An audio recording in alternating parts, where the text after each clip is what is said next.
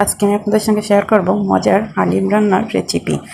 মাংসগুলোকে আমি প্রথমে কষিয়ে নিয়েছি সব উপকরণ দিয়ে।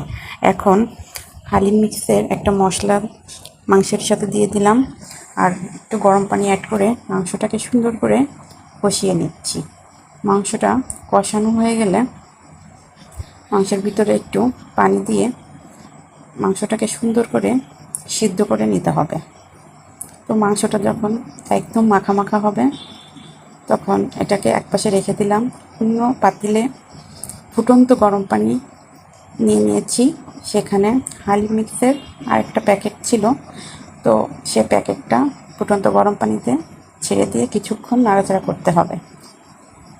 এটা অনবরত নাড়তেই হবে, না হলে কিন্তু একদম তলে লেগে যাবে।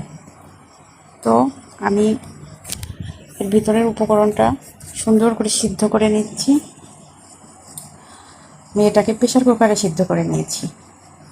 তারপর কষানো মাংসগুলোকে এই হালিমের ভিতরে দিয়ে দিলাম। তো ঝটপট কিন্তু তৈরি হয়ে গেল আমার হালিম রান্না। এখন শেষে আমি হালিমের মশলাটা দিয়ে দিলাম, কিছু বেরেস্তা দিয়ে দিলাম। আমার হালিম রান্না কিন্তু একদম রেডি।